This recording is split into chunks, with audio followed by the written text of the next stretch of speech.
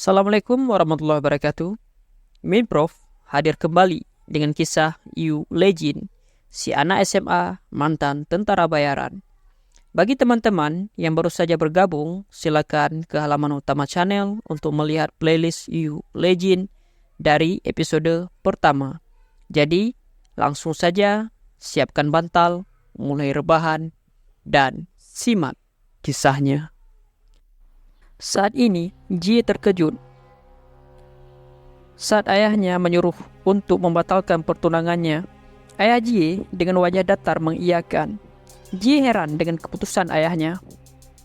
Kalau begitu, kenapa ayah membuatnya bertunangan dengan Mayor Kang? Ayahnya mengatakan karena seperlu power keluarga militernya yang sudah turun-temurun untuk terjun ke dalam industri militer. Tapi sekarang, Jie tidak perlu melakukan itu lagi. SW masih di tahap awal dalam industri militer, tapi mereka sudah melewati masa tersulit. Meski begitu, Jie berkata dia tahu akan terjadi masalah jika mereka ingkar janji dengan mudah seperti itu. Ayah Jie tidak mau tahu, dia sudah memikirkannya. Dibanding terjadi masalah seperti itu, dia sudah mendapatkan keluarga yang kondisinya jauh lebih baik. Jie yang curiga bertanya, apa ini semua gara-gara kakaknya? Namun ayahnya diam saja. Jie melanjutkan, dia juga mendengar katanya kakak mengundurkan diri. Ditambah, keberadaannya tidak bisa diketahui. Orang seperti kakak tidak mungkin memutuskan untuk mengundurkan diri karena kemauannya sendiri. Sebenarnya, apa yang sedang terjadi? Ayahnya dengan santainya berkata kalau Jie hanya perlu tahu kakaknya sudah melewati batas. Jie masih bersikeras. Kalau begitu, ayahnya tidak bisa memutuskan pertunangannya secara sepihak seperti ini.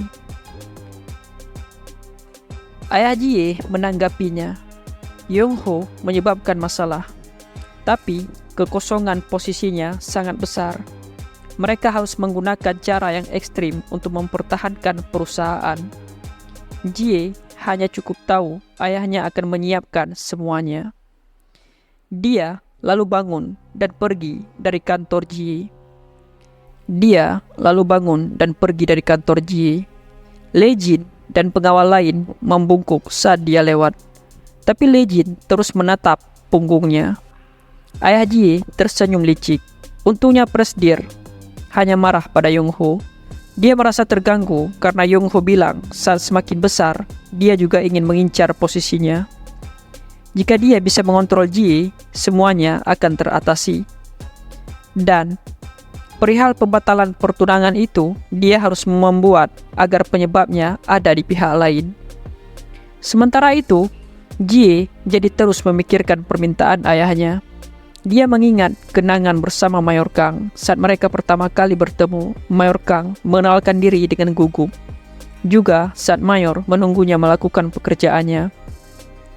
Bahkan Mayor menenangkannya saat dia gelisah Mayor akan berada di sampingnya. Ketua tim 2 datang dan memberitahu direktur kalau mereka harus segera berangkat untuk jadwal selanjutnya. Jie lalu menyuruhnya untuk mencari tahu di mana Yong-ho berada. Tanpa pengetahuan siapapun, ketua tim segera mengetahuinya. Dalam perjalanan, Jie terus memikirkan tentang pertunangannya.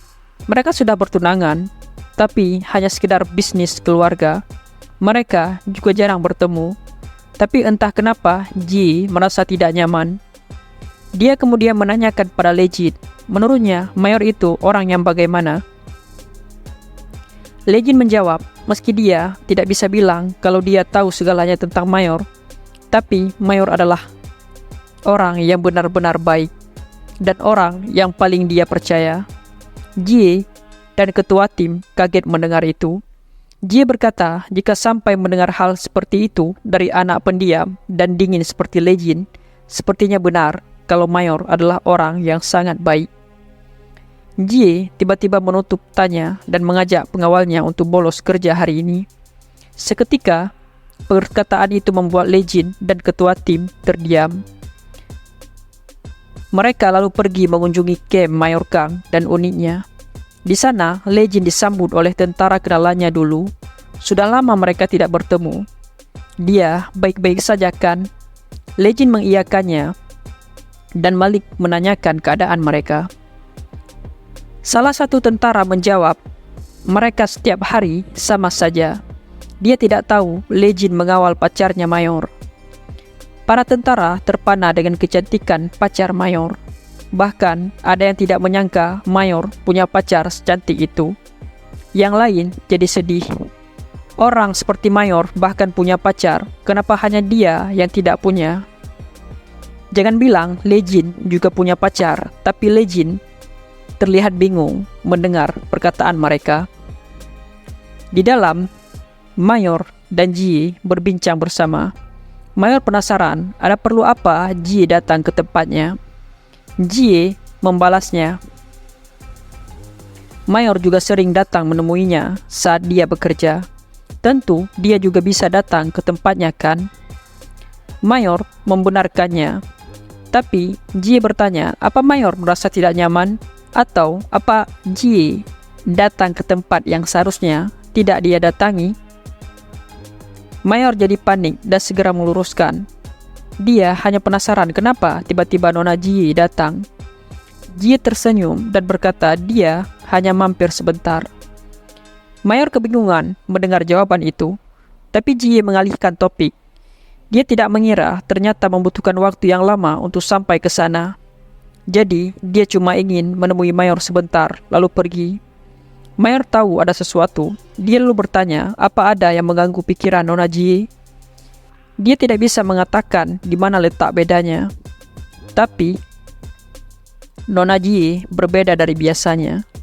Jie bertanya-tanya, apa ekspresinya aneh? Mayor melanjutkan, dia tidak tahu masalahnya apa, tapi sepertinya itu bukan hal yang bisa dia bantu. Mayor ingin jujur saja, dia tidak punya uang banyak. Dia juga tidak bisa menjual tanah keluarganya dengan semaunya. Sepertinya Jie sudah tahu semua itu. Dia tertawa kecil. Lalu berkata lagi, intinya karena dia tentara, dia tidak tahu betul tentang sosial. Dan melihat bahwa dia tidak punya kemampuan dibanding Nona Jie, sepertinya tidak ada yang bisa dia bantu.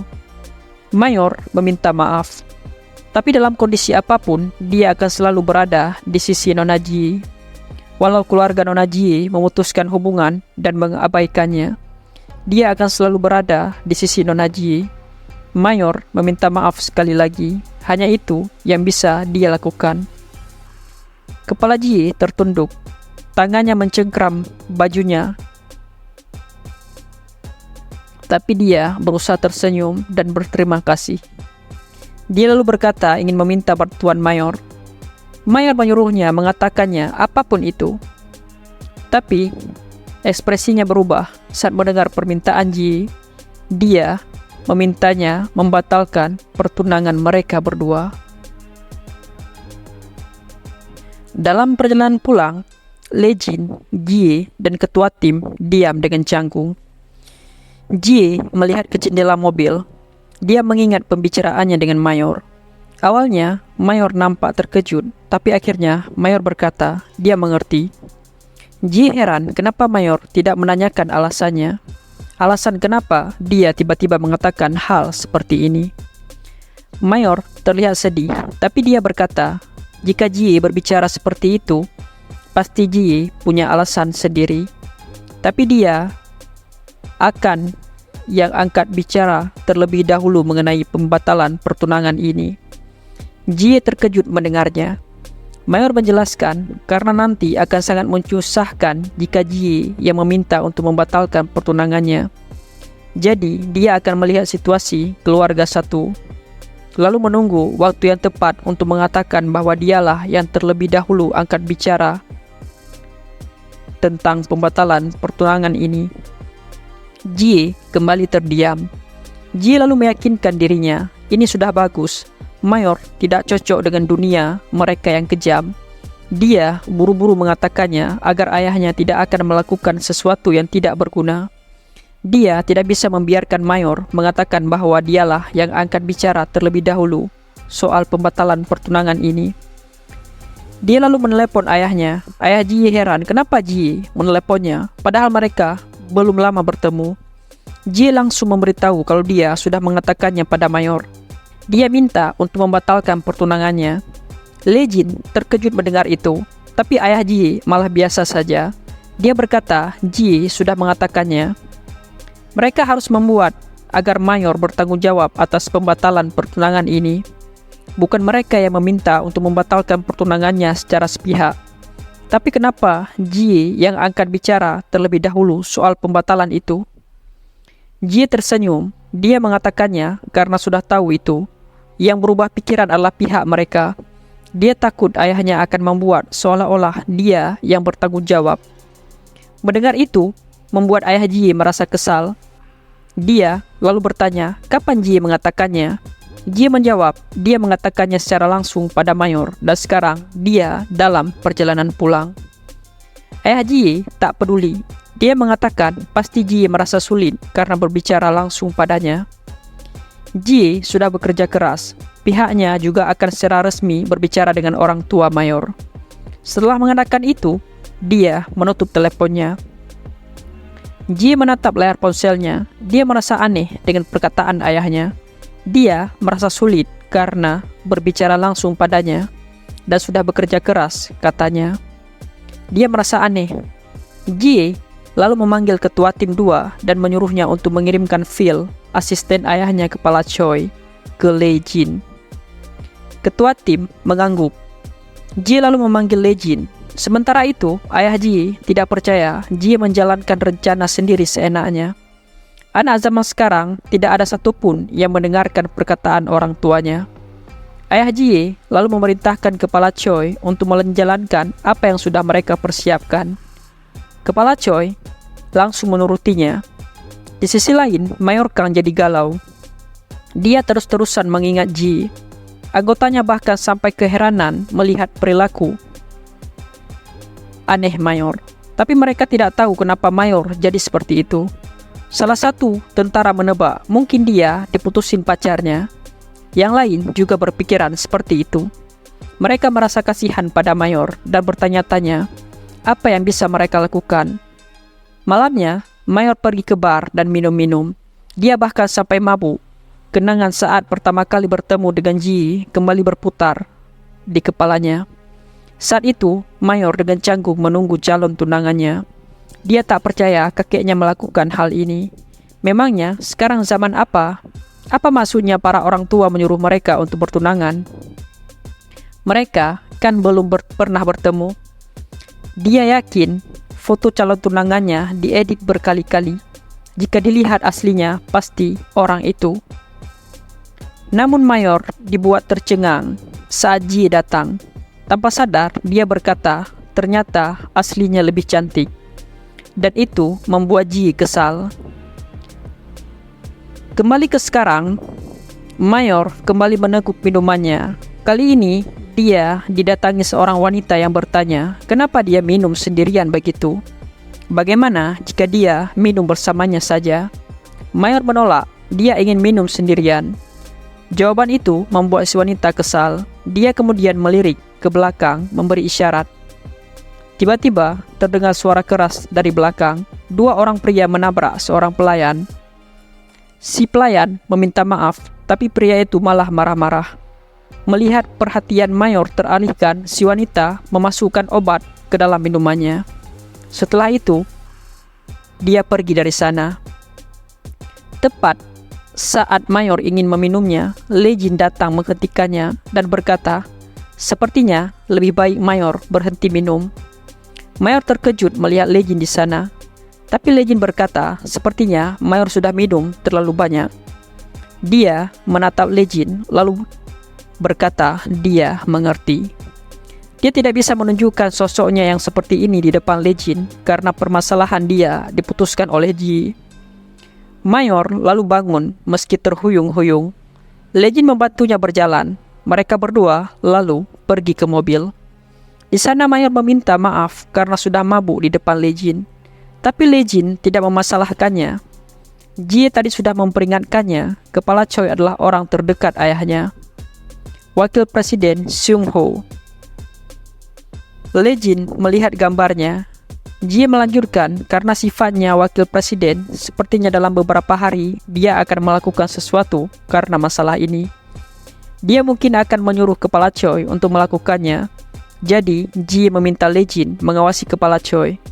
Sesaat setelah menutup pintu, Le Jin dihampiri sekelompok orang dengan si wanita tadi. Tampaknya rencana mereka tidak berhasil. Setelah beberapa saat, Le Jin melaporkan pada Jie. Jie akhirnya tahu orang-orang kiriman kepala Choi ingin membuat Mayor menjadi penjahat setelah mencampur obat ke dalam minumannya. Le Jin mengiyakannya. Jie kemudian menyuruh Le Jin berjaga-jaga di samping Mayor. Le Jin mengerti. Dia mematuhinya. Di sekelilingnya, orang-orang terkapar dengan darah berceceran di mana-mana. Saat ini, Jie masih di kantornya. Meski sudah hampir jam 4 malam, dia terus mengetuk mejanya sambil memikirkan laporan Le Jin tadi. Sepertinya, orang kiriman kepala Choi ingin membuat Mayor menjadi penjahat setelah mencampur obat ke dalam minumannya. Jie sudah menduganya. Ayahnya bergerak cepat, tapi dia tidak menyangka ayahnya akan sampai melakukan hal seperti ini. Ketua tim 2 menghiburnya. Direktur tidak perlu khawatir. Bukankah dia juga tahu betul kemampuan Le Jin? Tapi Jie masih cemas. Tiba-tiba ponselnya berdering. Terlihat nama penelepon di layar. Kang Hamchan. Jie bertanya-tanya, kenapa Mayor meneleponnya selarut ini? Le Jin bilang, dia pergi setelah melihat Mayor tertidur. Mendadak Mayor berteriak keras mengatakan kalau dia mencintai Jie. Setelah itu kembali tertidur. Sementara itu, Jie kebingungan dengan itu. Ketua tim 2 juga jadi salah tingkah karena mendengar semuanya.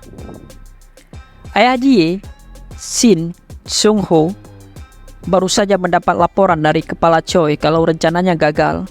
Kepala Choi meminta maaf. Terjadi masalah saat itu karena ada seseorang yang terlihat sebagai kelompoknya, Kang Hamchan, ikut campur. Sepertinya dia gagal dalam menyelesaikan masalahnya karena bergerak dengan terburu-buru. Dia akan memastikan hal seperti ini tidak terjadi lagi. Sung-ho memperingatkannya, ini kesempatan terakhir yang dia berikan. Kepala Choi akan tamat jika gagal lagi. Kepala Choi membalas singkat, lalu menutup panggilannya. Kepala Choi lalu berbalik. Di depannya, pemimpin preman suruhannya tertunduk. Dia meminta maaf karena tidak ada tempat. Dia menyerahkan semuanya pada anak buahnya. Tapi tidak menyangka hasilnya akan gagal seperti ini. Setelah mengatakan itu, dia ditinju kepala Choi di wajahnya. Kepala Choi marah besar. Hanya karena beberapa kali memerintahkan sesuatu pada preman-preman bajingan seperti ini. Apa dia terlihat remeh? Hah? Dengan marah, kepala Choi berkata, jika dia memerintahkan si pemimpin preman, bukankah seharusnya dia sendiri yang langsung turun tangan? Preman-preman di sana tertunduk, mereka tak bisa melawan orang ini. Di kantornya, Shin Sung-ho masih kesal. Tidak ada satupun yang bisa membuatnya puas. Lalu, pintu ruangnya dibuka seketika membuatnya waspada. Ternyata itu Jie yang ingin membicarakan sesuatu dengannya. Sung-ho heran melihat anaknya. Jie langsung duduk, lalu bertanya, kapan ayahnya pulang? Sung-ho pura-pura tersenyum, lalu menjawab dia akan pulang setelah pekerjaannya di sini selesai. Kenapa Jie bertanya? Jie melanjutkan, dia harap ayahnya pulang saja. Hal yang dilakukan ayahnya itu lebih baik dihentikan dan ayahnya pulang saja. Ekspresi Sung-ho berubah. Dia membalas, dia sudah menderita belakangan ini karena masalah Yung-ho. Kenapa sekarang Jie juga sampai membuatnya menderita? Jie menghela nafasnya. Ayahnya tidak perlu menderita karena mereka. Lagi pula, mereka juga bukan anak kecil. Sung-ho meneruskan sandiwaranya. Bagaimana bisa dia tidak mengkhawatirkan masalah anak-anaknya? Tapi, Jie menyuruh ayahnya mengatakan itu dengan benar, bukan karena masalah anak-anaknya. Ayah khawatir karena orang-orang yang menjalankan perusahaan tidak mendengar perkataannya kan. Orang-orang yang menjalankan perusahaan alias anak-anaknya sendiri seharusnya mendengarkan perkataannya, tapi kenyataannya tidak. Xinghu membalas dengan percaya diri. Tentu saja harusnya begitu. Dia harus bersikap dingin demi menjalankan perusahaan untuk melawan dunia. Karena dia punya banyak masalah kali ini gara-gara perasaan cintanya itu. Jie meluruskan, ayahnya salah paham.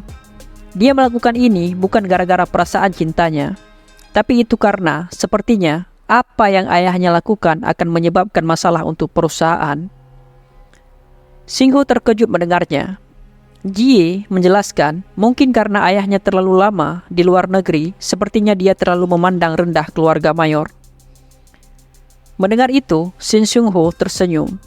Ternyata anaknya masih kecil. Baiklah, sepertinya dia paham betul perkataan Jie. Tapi bagaimana ya? Dia tidak berpikir untuk mendengarkan itu. Itu sebabnya Jie perlu lebih banyak pengalaman lagi. Ayahnya tahu Jie punya keahlian bisnis yang mengagumkan. Tapi itu bukan segalanya. Sampai sekarang, Jie menunjukkan keahlian yang menonjol di antara orang-orang seusianya dan punya lebih banyak kuasa dibandingkan orang lain karena latar belakang SW-nya. Tidak diragukan lagi, Jie sudah berada di jalan kesuksesan. Tapi, dia belum pernah melawan orang yang memiliki kuasa lebih besar darinya. Seperti sekarang ini, ayahnya adalah wakil presiden SW. Kenapa juga harus mematuhi perkataannya? Seung-ho menasihati anaknya, ada kalanya seseorang harus langsung menunjukkan kemampuan, bukan hanya bicara. Kemudian, terdengar suara ponsel. Keduanya mengecek ponsel bersamaan. Tapi ternyata itu bunyi ponsel Jie. Legend melaporkan semuanya sudah selesai. Dia juga sudah mengamankan foto-foto bukti. Mendengar itu, Jie memujinya. Di gudang, tempat kepala Choi dan preman tadi bertemu sekarang terlihat mengerikan. Orang-orang tergeletak di lantai dan darah berceceran di mana-mana. Hanya Legend yang masih berdiri tegak. Dia lalu berjalan ke arah kepala Choi yang terduduk dengan darah di wajahnya. Kembali ke SW. Jie memberitahu ayahnya, sepertinya kepala Choi sedikit terluka. Dia rasa ayahnya harus menjenguknya.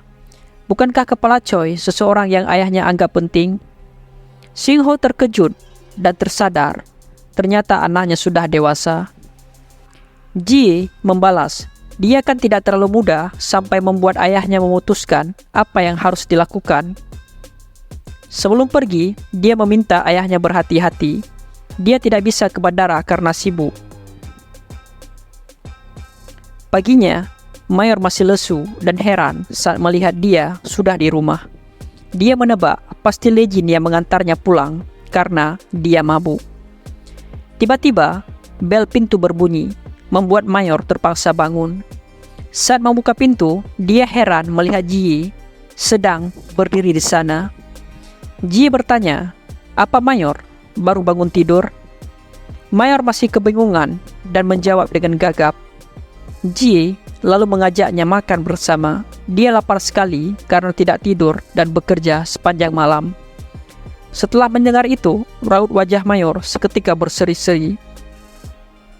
Dia langsung setuju dengan usulan Jie. Ya, maka berakhirlah kisah You Legend pada hari ini. Min Prof pamit undur diri. Sekian. Assalamualaikum warahmatullahi wabarakatuh.